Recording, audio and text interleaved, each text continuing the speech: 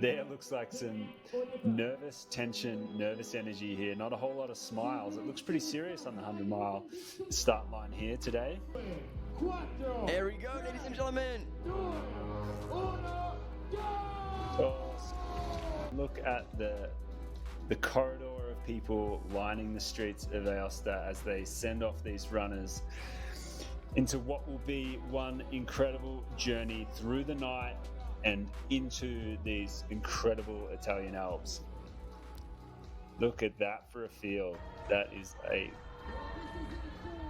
And at the front, as anticipated, we have the ones that have the highest UTMB index. Gediminas Grenius and Matteo Anselmi. Our first woman on the screen, Fabiola Conti, and right now she's running in 7th place overall. So we know her as being pretty aggressive runner right from the start, even though she really has not as much challenge as she could have in other races. Because again, we talked about her UTMB index being over 100 points higher than her competition. It's going to be very interesting to see how this crew go through the night. Look at that, Gediminas catching up to Matteo. Wow. And Selmi. He's just not letting him get away, that is for sure. Gediminas, an incredibly experienced runner in this type of racing and someone who has been a huge part of the sport over the last decade. Continue to follow them. Oh, Gediminas putting in a move there. Wow, there we go. It is on right from the beginning. No niceties here in Italy. It is on. Gediminas making it clear that he is out here to race, and he's overtaken Matteo in a seemingly benign section of the course so early on, but he doesn't want to just be out here on a jog. He's out here to race. And if you look, he's already put in a couple of meters on him, and he really is putting in a stance here, Martin. Oh, man, so early, an hour into the race, and there's already a big ding-dong battle at the front of the men's race. Top 5 in the men's. Gediminas Grenius, Matteo Anselmi, that we've seen a lot of. Simone Corsini, just behind Edouard Thierry, and Mathieu Esmieux. Chiara Bertino from Italy. So she's gone through that aid station in 3rd place. She is 11 minutes back from the lead, Fabiola Conti, and just 4 minutes. 4 minutes back from 2nd place, Lisa Borsani. We've had the top 3 women in the 100-miler come through the first aid station at 10 kilometers. Fabiola Conti, Lisa Bonzani, and Chiara Bertino. They are the top 3 in the 100-mile category, just passed through 10 kilometers. And look to the right of your screen. Gediminas Grenius is leading, still looking over his shoulder to see the damage he's done over his competition. I don't think I've seen such an aggressive start in the 100-mile category on a UTMB race ever. And then Matteo responding. I mean, this is awesome for the show, but wow. I'm already eager to see what's going to happen when we're going to get back live tomorrow morning and see what the damage of the night, because there is always damage overnight, but seeing how many matches they're blowing right now is just like, woo! Tomorrow will be another day, and I mean, I would love to see that fight continue, but I don't think this is sustainable. Now, Fabiola Conti, on the other hand, took it out aggressively, but she's on her own in the lead, and she's exactly where we expect her to be. A little further back, probably 2 to 3 minutes back from the lead, currently in 3rd place, Simone Corsini, another Italian runner. He couldn't quite keep up with the relentless pace of our 2 front runners.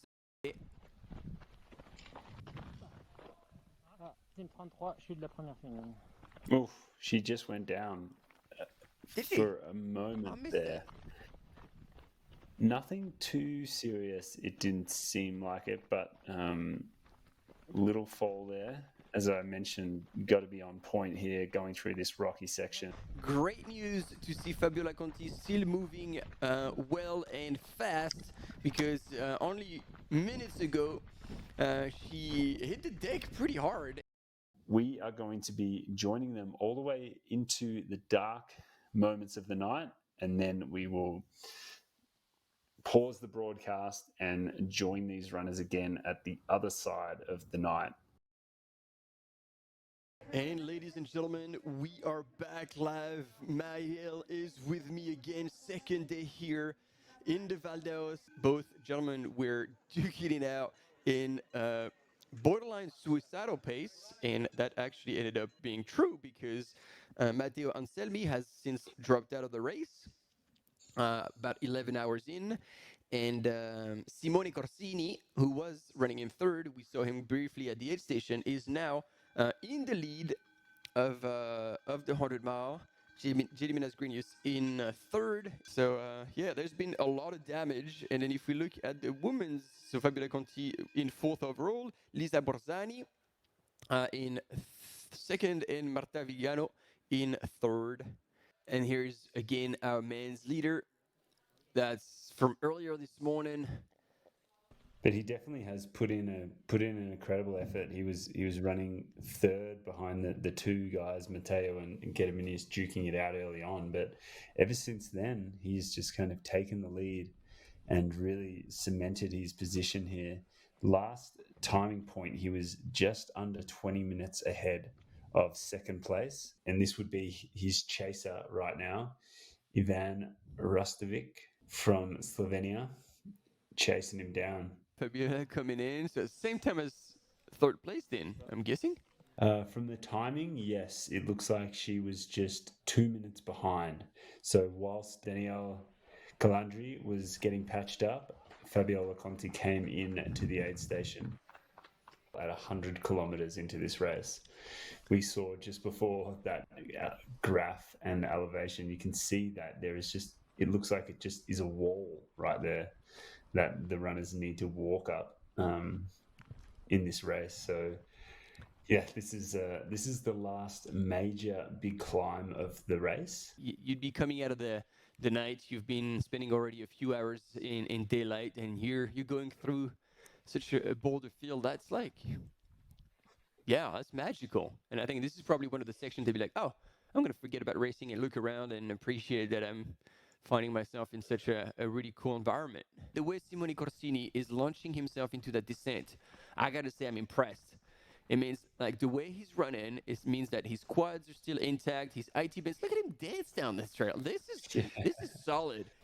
Someone who's also having a good time over that technical terrain, ladies and gentlemen, is our women's leader in the Sentier des Val d'Autun. She's covered a whole lot of ground, almost 105 Ks, and she's in the second to last descent. She's gone through the most technical part and will be now weaving down the mountain on that single track. Your 100-mile category winner, Les Sentiers des Val d'Autun, 16:41 elapsed. Representing Team HOKA, here is indeed the one and only Simone Corsini, welcomed by Silvano Gabin.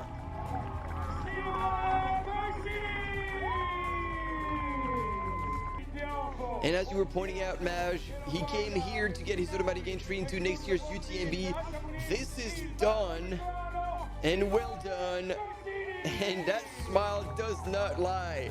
After 17 hours on trails, 8,300 meters of elevation gain, he looks like a happy man. He Very happy man. does. Stoked for him. That's cool. It's kind of a, like, almost in disbelief. It's like, oh wow, this is cool. I'm here. Super satisfied. What a race. Good man. I hope we have an interview with him. That'd be cool. He's got some Ribena bottles in his pack. Just Yeah. getting it done. Totally old school. Loving it.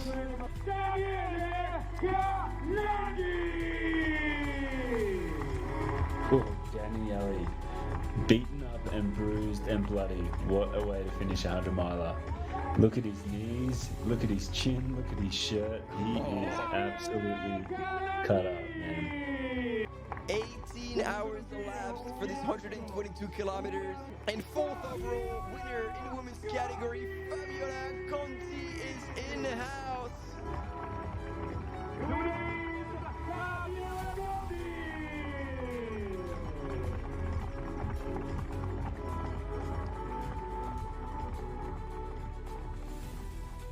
Our second place woman in the 100-mile distance, Lisa Borsani. She's been second almost since the early hours of last night.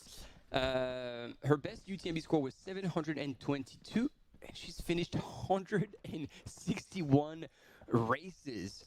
That is crazy. And there we go, team. We are with our third place woman currently in the 100 miles, and she's been doing an absolute beauty of a finish. Look at her go down, ladies and gentlemen, from Switzerland. Émilie Vaudan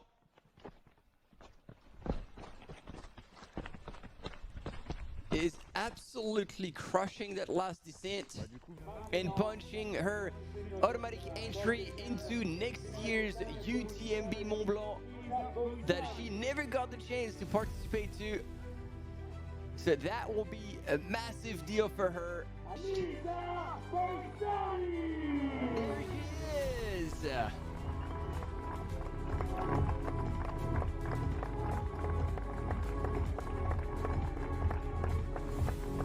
We have Émilie Vaudan.